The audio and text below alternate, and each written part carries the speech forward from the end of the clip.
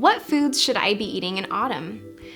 Autumn is also known as vata season, and that means those qualities of vata are going to be expressing in the environment. It's going to be cold, dry, light, and mobile like the wind.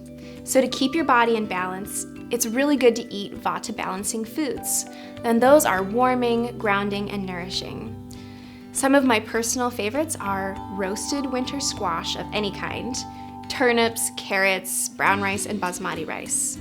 You'll also want to keep your food oily, with ghee of course, and focus on using warming digestive spices like ginger, cumin, black pepper, cinnamon.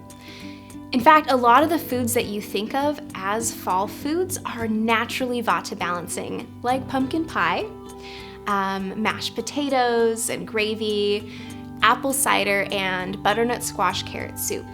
For more autumn recipes and to get inspired, visit our blog.